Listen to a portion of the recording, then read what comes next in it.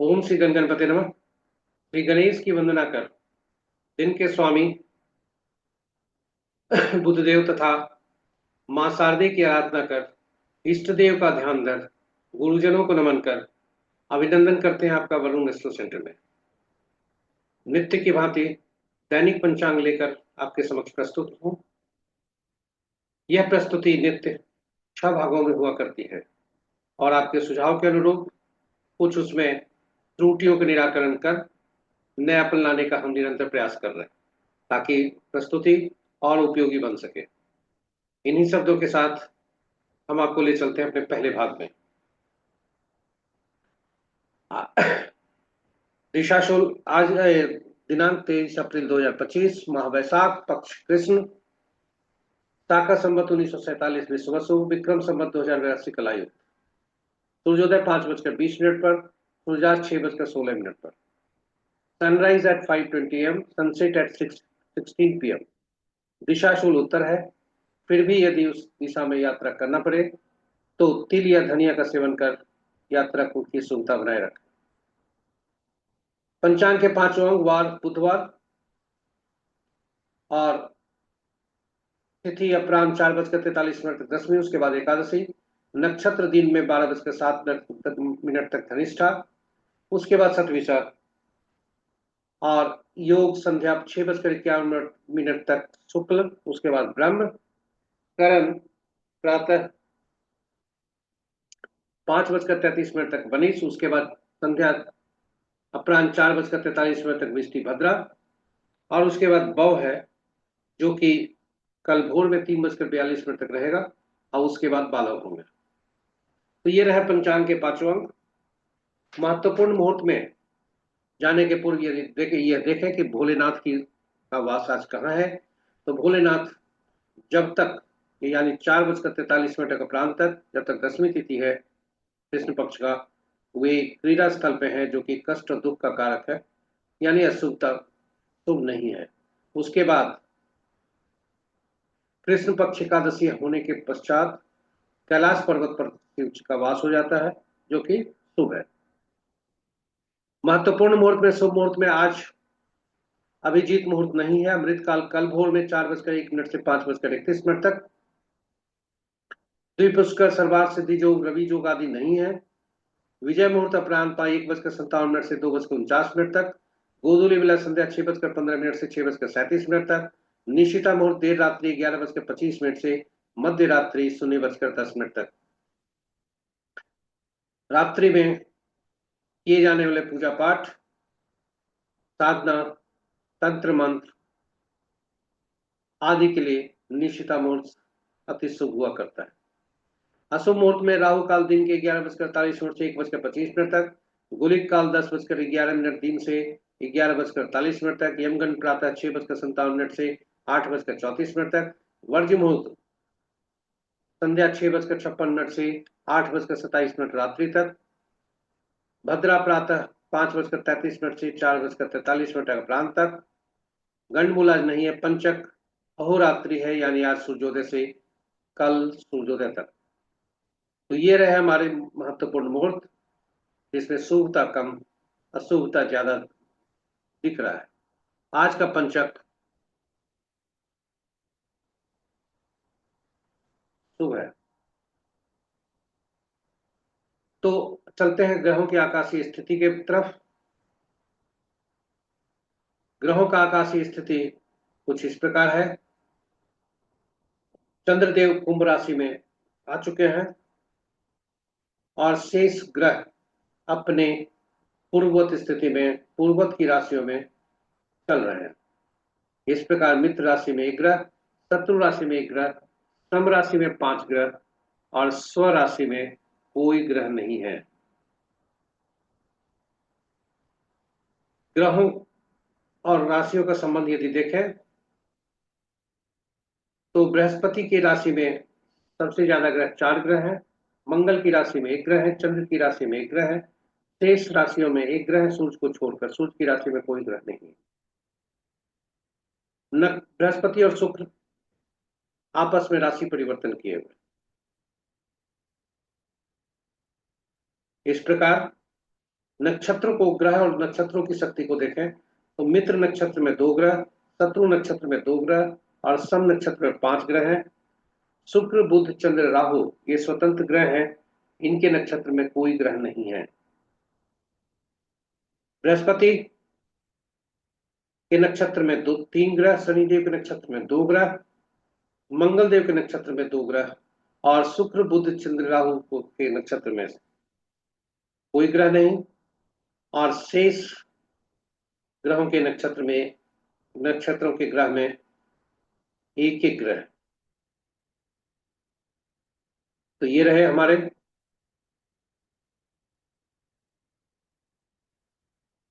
आज का पंचांग, दैनिक पंचांग के पहले भाग की प्रस्तुति। अब आपको हम दूसरे भाग में ले चलते हैं।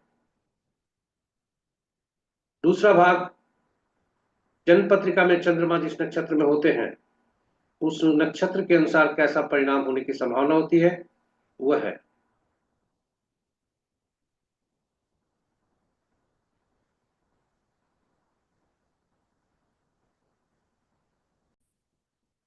हमने अपने पिछले वीडियो में बताया था और पूर्ववत भी बताते चल रहे हैं कि चंद्रमा जिस नक्षत्र में होते हैं उनके नक्षत्र स्वामी के अनुसार, नक्षत्र स्वामी चंद्रमा जिस नक्षत्र में होते हैं जन्म पत्रिका में, उनके नक्षत्र समूह के स्वामी के अनुसार यह फल देखा जाता है, जिसे तारा बल कहते हैं।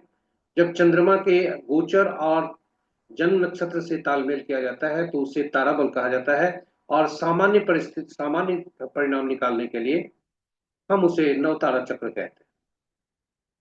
नवतारा चक्र पर विधि वही है, विधि में कोई खास अंतर नहीं है। नवतारा चक्र पर इसलिए हमने उसकी उपयोगिता के देखते हुए आपके लिए एक अलग वीडियो डाला है और यह बहुत उपयोगी है, तो समय निकाल कर जरूर देखें और उसे अपने जीवन में शुभता बनाए रखने के लिए उसका उपयोग अवश्य करें। चंद्रमा यहाँ बताते चले संक्षेप में, और आपके सुझाव के अनुसार नवतारा चक्र पर जो लोग हमारे दर्शक देखे थे उनके सुझाव आया था कि कुछ प्रैक्टिकल वीडियो चार्ट पर भी निकाल लगा कर देखें, वह भी लगा करके हमने प्रैक्टिकल वीडियो भी एक प्रस्तुत किया है। अब जो है संक्षेप में यहाँ बता दें, कुल 27 नक्षत्र होते हैं और 27 नक्षत्रों के, क्योंकि ग्रह नक्षत्र जो होते हैं ग्रहों के मन होते हैं, इसलिए नक्षत्र को का स्वामित्व ग्रहों को देने के लिए नक्षत्रों को 27 नक्षत्र को 3 भागों में बांटा गया। 9 नक्षत्रों को क्रम संख्या में अलग अलग समूह में रखा गया, श्रेणी में रखी गई और हर श्रेणी से पहला नक्षत्र जो है उसका स्वामित्व पहले ग्रह को दिया गया। और 9वां नक्षत्र, 9वां इसी तरह से अंतिम जो समूह बना हर श्रेणी से 9वां, यानी 9वां, 18वां, 27वां नक्षत्र, उनका 9वें ग्रह को का स्वामित्व दिया गया और पहला से 9वां ग्रह का की क्रम संख्या जो हुई वो महादशा के अनुसार हुई। यह सभी चार्ट के लिए उपयुक्त है। अब फलित करने के लिए यह किया जाता है कि जन्म पत्रिका में चंद्रमा जिस नक्षत्र में होते हैं उनके नक्षत्र स्वामी से गिनती आरंभ की जाती है और वे मिश्रित फल देते हैं और वहां से तीसरा, 5वां, 7वां जो नक्षत्र समूह के स्वामी बने वे पीड़ादायक होते हैं, बाधक होते हैं, अशुभता देते हैं।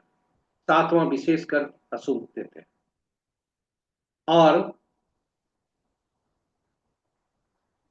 उसी प्रकार दूसरा, चौथा, छठा, 8वां, 9वां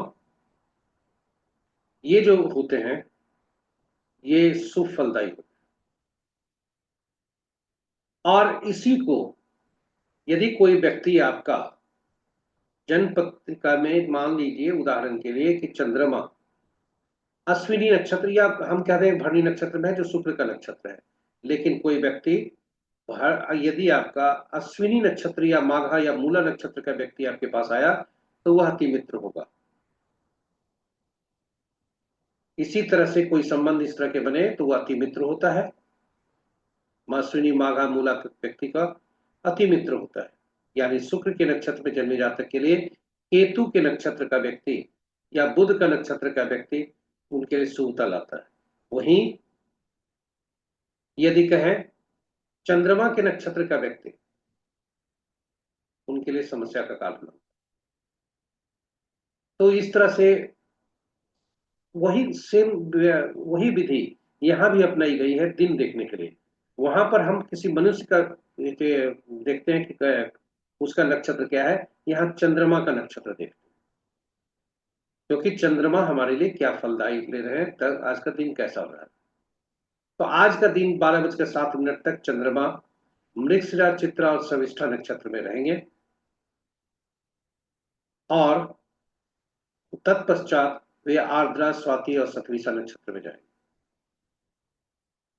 तो आज प्रातः वे मंगल के नक्षत्र में है 12:07 तक। उसके बाद राहु के नक्षत्र में जाएंगे। तो इस प्रकार यदि देखें तो विभिन्न नक्षत्रों को से हम इस विधि से देख सकते हैं कि हमारे नक्षत्र में, यदि हम यहां से देखना चाहें तो यदि हमारा नक्षत्र रोहिणी हस्ता नक्षत्र है, तो हम अगर हमारा जन्म रोहिणी हस्ता या श्रवणा नक्षत्र में हुआ है, यानी चंद्रमा के नक्षत्र हुआ है, तो यहाँ पर चंद्रमा ये मंगल हमारे लिए संपत्ति का कारक। इस प्रकार हम अपने रोज से देख सकते हैं। यदि हमारे लिए यदि कोई व्यक्ति उदाहरण स्वरूप मंगल के नक्षत्र में जन्मा है, तो मंगल के नक्षत्र में श्रवण, चंद्रमा भी मंगल के नक्षत्र में है, तो पहला ग्रही वही होगा और वो जन्म नक्षत्र हुआ, इसलिए वह मिश्रित फल देंगे। वहीं पर यदि यही अगर कोई व्यक्ति है जो कि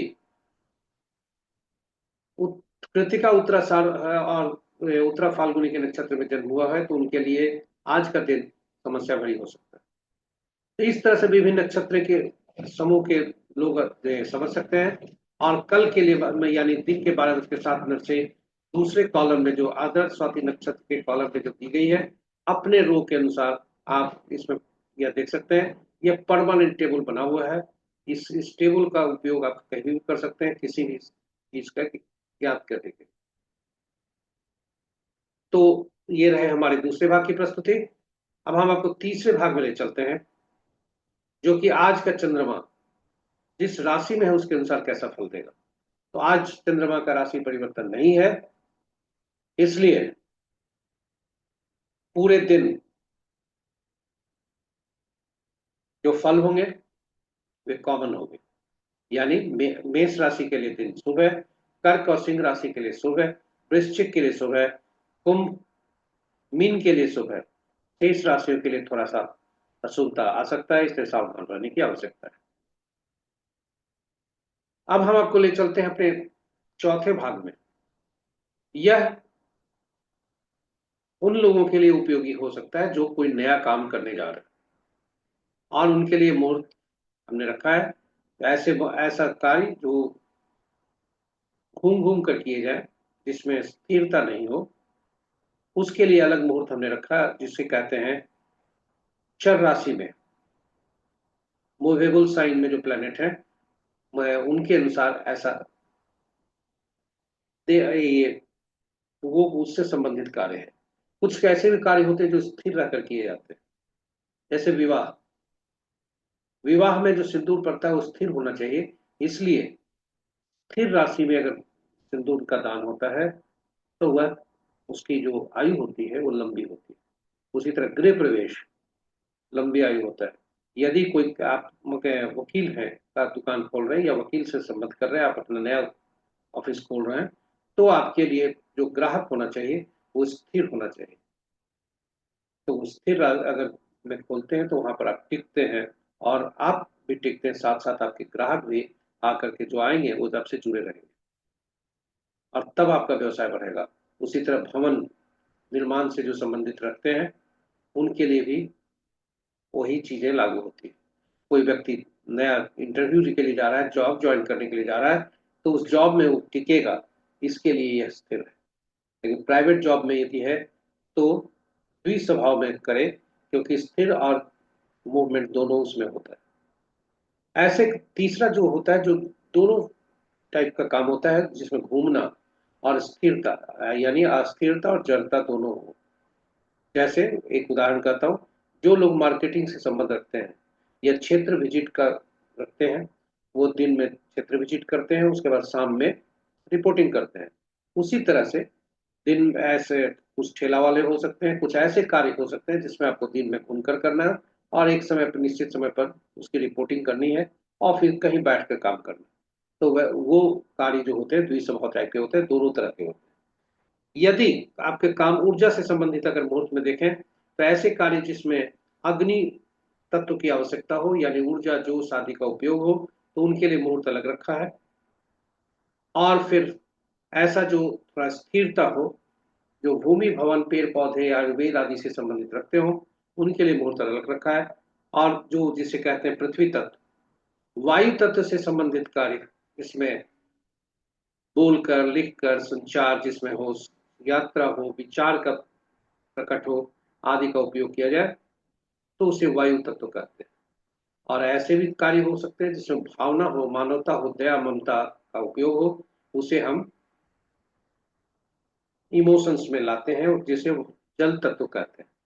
तो जल तत्व के लिए अलग मुहूर्त बनाया है। यह उनके लिए जा खास करके उपयोगी है जो नया काम शुरू करना चाहते हैं, या ज्ञानवर्धन के लिए भी है कि किस मुहूर्त में कौन सा काम करना चाहिए। तो हम आपको ले आए हैं हमारे पांचवें भाग की प्रस्तुति में चौघड़िया ज्योतिष। यह अति उपयोगी है, क्योंकि ये अभी तक हम दिन की बात करते आए हैं, मुहूर्त की बात तो है, सामान्य मुहूर्त की बात कर रहे हैं। लेकिन यहाँ पर विशेष मुहूर्त क्या है, किस कार्य करने के लिए कौन सा आज का मुहूर्त सही है, यहाँ पर हम बताते चले। इसकी उपयोगिता बहुत अधिक है, क्योंकि यदि कोई व्यक्ति का अन्य सभी मुहूर्त नहीं देख पाया, कम से कम चौघड़िया उसे देखने की सलाह दी जाती है। यह पूजा पाठ आदि से भी किया जा सकता है, और या नए कार्य का शुभारंभ भी इसमें किया जा सकता है। तो ऐसे कार्य जो चौघड़िया से संबंध है, अगर उसी चौघड़िया मुहूर्त में किया जाए, तो फल ज्यादा सुखदायी होने की संभावना होती है। चौघड़िया की उपयोगिता को देखते हुए हमने हिंदी और अंग्रेजी में चौघड़िया की उपयोगिता और यूटिलिटी ऑफ चौघड़िया अलग प्रस्तुति यूट्यूब पर डाला है। आप उसे जरूर देखें वीडियो, ये आपके लिए ज्ञानवर्धक होगा। संक्षेप में बताते चले कि कुल 7 चौघड़िया का नामकरण होता है। वैसे दिन में 8 चौघड़िया हुआ करते हैं, और रात्रि का 8 चौघड़िया हुआ करता है। तो लेकिन चूंकि 7 दिन होते हैं, इसलिए 7 ही चौघड़िया का नामकरण हुआ। और 8वां चौघड़िया जो होता है, वह पहला चौघड़िया का ही रिपीटेशन होता है, उसी की पुनरावृत्ति होती है। रात्रि का चौघड़िया में भी वही होता है, जो रात्रि के आरंभ में चौघड़िया होता है, वही रात्रि की समाप्ति के समय चौघड़िया होता है। तो सप्ताह के 7 दिन 7 चौघड़िया, और प्रत्येक दिन जो दिन वार होता है, उसी का चौघड़िया से चौघड़िया का आरंभ होता है। तो यहाँ पर हम जान गए कि 7 चौघड़िया 7 दिन, और 7 दिन के स्वामी अलग अलग ग्रह होते हैं, रूलिंग प्लैनेट जिसे कहा जाता है, शासक ग्रह। और वे 7 ग्रह को कोई विशेष कार्य करने के लिए अधिकृत किया गया। जैसे आज का दिन बुध है, तो बुध ज्ञान अर्जन, ज्ञान से संबंध मुहूर्त के लिए, उसके मुहूर्त उसका उससे संबंधित कार्य के लिए लाभ चौघड़िया बहुत उत्तम होता है। अमृत चौघड़िया सभी कार्यों के लिए, काल चौघड़िया दैनिक वृत्ति से संबंधित, शुभ चौघड़िया विवाह आदि के लिए, रोग चौघड़िया शत्रु हंता के लिए, उद्वेग चौघड़िया सरकारी कार्यों से संबंधित। तो इस तरह से सभी चौघड़िया का कई उपयोगिता होती है, और इसका सभी पूरा विवरण हमने यूटिलिटी ऑफ चौघड़िया अंग्रेजी में और चौघड़िया की उपयोगिता हिंदी में वहां पर डाला है। अब आज के चौघड़िया में देखें। दिन बुधवार, लाभ चौघड़िया से आरंभ हुआ। अमृत काल, शुभ, रोग, उद्वेग और चर चौघड़िया चले। उसके बाद लाभ चौघड़िया अंत में उसकी पुनरावृत्ति हुई, जो प्रथम चौघड़िया थी। चौघड़िया को देखते समय यह जरूर देखना चाहिए कि दिन जो हम चौघड़िया का उपयोग करना चाहते हैं, कहीं वह अशुभता से अधिव्याप्त तो नहीं है, यदि वह है तो उसे त्याग देना चाहिए। उदाहरण स्वरूप आज का चौघड़िया 8:34 से 10:11 तक काल चौघड़िया से संबंधित है, जो कि दैनिक वृत्ति से है, वह काल बेला से ग्रसित है। और रोग चौघड़िया 11:48 से 1:25 तक राहु काल से ग्रसित है, उसे त्याग देना चाहिए। और रात्रि का लाभ चौघड़िया प्रातः 2:33 से 3:56 तक देर रात्रि यानी कल भोर में, उसे त्याग देना चाहिए। यह अशुभता से व्याप्त है। तो ये रहे हमारे दैनिक पंचांग के 5वें भाग की प्रस्तुति। आशा करते हैं कि आपके लिए उपयोगी होगा। यहाँ ये हम बताते चले कि हमने जो भी डेटा लिया है वह दृढ़ पंचांग से लिया, और छवि जो भी उपयोग में लाई गई है या अगली प्रस्तुति में भी लाएंगे वह गूगल से है, और आप तक हम YouTube के माध्यम से पहुंचा पाने में समर्थ हो रहे हैं। यदि आप पहली बार हमारे वीडियो को देख रहे हैं तो इसको सब्सक्राइब जरूर करें और शेयर करना नहीं भूलें, क्योंकि शेयर करने से आपके मित्र परिजन तथा शुभेच्छु के जीवन में भी शुभता का कुछ अंश शुभता हो सकती है, और नहीं भी चाहे तो कुछ न कुछ तो शुभता होगी, तो उनका ज्ञानवर्धन भी होगा। इन्हीं शब्दों के साथ हम आगे की प्रस्तुति और अंतिम प्रस्तुति में चलते हैं। अंक ज्योतिष के अनुसार कैसा दिन रहने की संभावना है। अंक ज्योतिष हमारे लिए एक अंक जो है हमारे लिए अहम भूमिका अदा करते हैं, और अंक से ही हम अपने जीवन को आरंभ करते हैं, क्योंकि हमें ईश्वर से प्रदत्त एक विशेष अंक प्राप्त होते हैं गिफ्ट के रूप में, वरदान के रूप में कहें, जो जन्म तिथि माह और वर्ष के रूप में आते हैं, और समय के रूप में जो अंक ही होता है। और उसके बाद हम अंकों का प्रयोग करते जाते हैं, अंकों को जोड़ते जाते हैं विभिन्न रूपों में। हम अपने सबसे पहले नाम के रूप में अंक को जोड़ते हैं, क्योंकि हर अक्षर का अलग अलग अंकीय मूल्य होता है, और उससे हम अंक को जोड़ते हैं, और वह कुछ अंक हमारे लिए शुभता लाता है, कुछ अशुभता लाता है। तो इस तरह से उस और अंक ही, क्योंकि अंक तत्व होते हैं और विभिन्न तत्वों को रिप्रेजेंट करते हैं, विभिन्न ग्रह अंकों के स्वामी होते हैं, और चूंकि अंक 1 से 9 तक ही हमें प्रयोग करना है, करते हैं ज्योतिष में सिंगल डिजिट में। शून्य को अनंत को वह दर्शाता है, इसलिए उसे गणना में नहीं लेते, और 1 से 9 ग्रह को अंक को प्रयोग करते हैं एकल अंक में। 9 ग्रह हैं, 9 शासक ग्रह हैं उसके और वह शरीर में हमारे विभिन्न तत्वों को भी रिप्रेजेंट करते हैं, घर में वास्तु दोष भी बताते हैं। तो इस तरह से अंक का, अगर हमारे कुछ अंक की कमी है शरीर में, तो वह रोग होने की संभावना होती है। तो यह अंक ज्योतिष का है। अंक ज्योतिष से हम अपने पेशा, अपनी बीमारी, अपना विवाह और अन्य वर्ष ज्ञात कर सकते हैं, शुभता ज्ञात कर सकते हैं। तो आज के तिथि में यदि हम कहें, यहाँ ये बताते चले कि अंक जो है, जब भी अंक हमें मिलेगा, अंकों के समूह, उनमें प्रयुक्त हुए अंकों को जोड़कर एकल अंक में परिवर्तित किया जाता है, और तब हम अंकों का आकलन करते हैं। यदि कोई अंक, कोई शब्द हमें मिले हैं, जो अंक अक्षरों का समूह है, तो उनका जो अक्षर अंकीय वैल्यू है, उसमें उस शब्द को परिवर्तन कर उन अंकों को जोड़कर हम, जो मेरा जन्म तिथि है और जन्म तिथि माह वर्ष है, उसका ये दोनों अंक जो आए हैं, जन्म तिथि का योग और जन्म तिथि माह और वर्ष का योग, उन दोनों में सामंजस्य बनाने की कोशिश करते हैं, और यही हमारे लिए शुभता लाने का प्रयास होता है। तो आज का दिन यदि देखें तो 2-3 तिथि को जोड़े तो 2-3-5 होता है। जो मध्यम अंक है 1 और 9 के बीच में, जिसे बैलेंस अंक भी कहा जाता है, और यह कुमार भी होता है अंकों के परिवार में। तो या अंकों की के राज्य में सूर्य राजा हुआ करते हैं, चंद्रमा रानी हुआ करती है, बृहस्पति देव गुरु होते हैं राजा के, राहु देव छलिया होते हैं, धोखेबाज होते हैं, कुछ धोखा डालते हैं, बुध देव राजकुमार होते हैं, शुक्र देव गुरु होते हैं, लेकिन वे पेड गुरु होते हैं और वह भोग विलास से संबंधित देखते हैं। केतु देव स्पिरिचुअल गुरु है। शनि देव एग्जीक्यूटिव हैं, राजा के आदेशों का पालन करते हैं, एक तरह से कहिए दास है। और मंगल देव सेनापति, डॉक्टर आदि है। तो अब देखते हैं आज का अंक जो 23 है वो 5 हुआ, और पूरे वर्ष माह वर्ष को जोड़ दिए तो 9 होता है। तिथि और वर्ष में माह को भी जोड़ते हैं तो भी 9 होता है, और वर्ष का अंक खुद ही 9 है, इसलिए कंप्लीट अंक को जोड़ा गया तो 9 आया। अब चूंकि 9 अंकों का जो सामंजस्य है विभिन्न अंकों के मूलांक वाले से कैसा होता है, यानी विभिन्न तिथि का वो जन्मे जातक का उनके तिथि का योग किया जाता है तो वो मूलांक होता है। आज के दिन का मूलांक 5 हुआ और भाग्यांक 9 होता है। तो इस भाग्यांक को, आज का दिन का भाग्यांक और विभिन्न मूलांक से वाले लोगों के लिए कैसा रहने की संभावना है, चलिए देखते हैं। जिसका जन्म 1/10/1928 तारीख को हुआ है, किसी भी माह का, एक मूलांक बनता है, सूर्य इनके स्वामी बनते हैं। दिन उत्तम होने की संभावना है क्योंकि 1 और 9 का संबंध मित्र का है। 5 स्टार मिल रहे हैं और 67% सफलता का दर होने की संभावना है, सुपर सक्सेस होने की संभावना।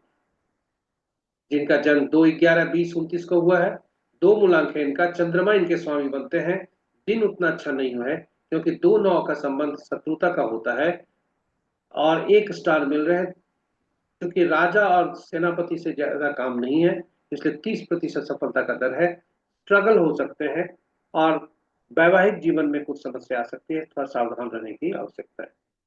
बाहर शादी से दूर रहे, क्योंकि 9 जो अंक है खुद आप में अपने आप में एग्रेशन का है, ऊर्जा का है, क्रोध का है। 3/12/2130 जिनका जन्म है, 3 उनका मूलांक होता है, बृहस्पति देव इनके स्वामी होते हैं। दिना उतना दिन अच्छा नहीं है, शत्रुता का संबंध है 3 और 9 में। 2 स्टार मिल रहे हैं, 40 से प्रतिशत 50% सफलता का दर है। लेकिन यदि एजुकेशन, हीलर और टीचर का काम करें ये, तो शुभता ज्यादा हो सकती है। 4/13/22/31 तारीख को किसी माह का जन्म, 4 मूलांक होता है इनका, राहु देव इनके स्वामी होते हैं।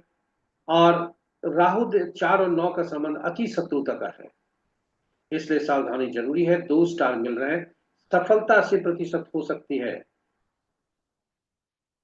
बट सर्जरी से संबंधित कोई है व्यक्ति इन्वॉल्व है उनके लिए शुभ है, नहीं तो आम व्यक्ति का वो स्ट्रगल और कुछ छोटे मोटे घटनाएं, यहां तक कि सर्जरी भी हो सकती है।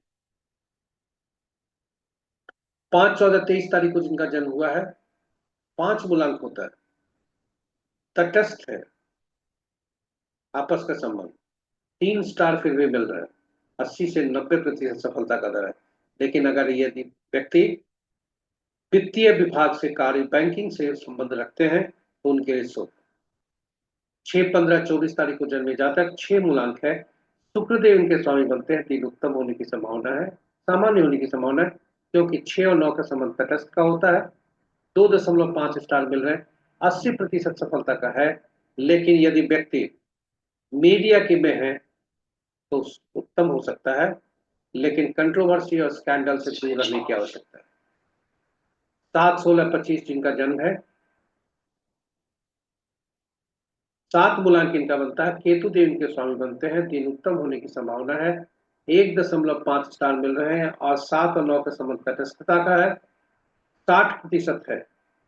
लेकिन यदि वह व्यक्ति ऑकल्ट या हीलर या टीचर कार्य से संबंध रखता है अपना, तो उनके लिए सफलता का दर और भी बढ़ सकता है।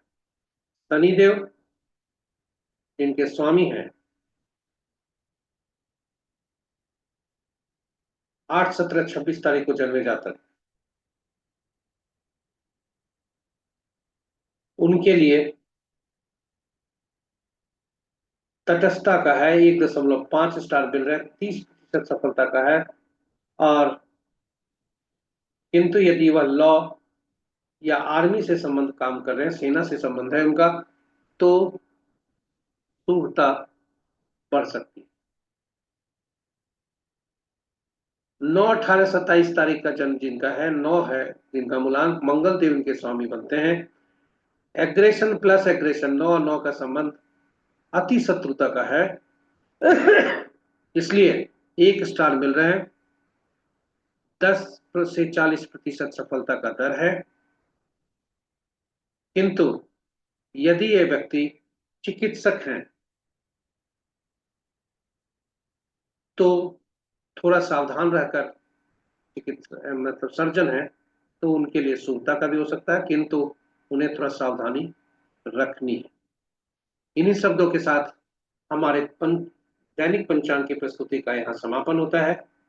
आप हमारे साथ बने रहे इसके लिए हम कोटि कोटि धन्यवाद देते हैं आपको। और आशा करते हैं कि आपके लिए उपयोगी सिद्ध होगा। आपको कैसा लगा यह फीडबैक पर जरूर दें, और अपने मित्रों, परिजनों और शुभेच्छुओं को इसे शेयर करें, साझा करें, ताकि ये उनके लिए भी लाभकारी सिद्ध हो सके।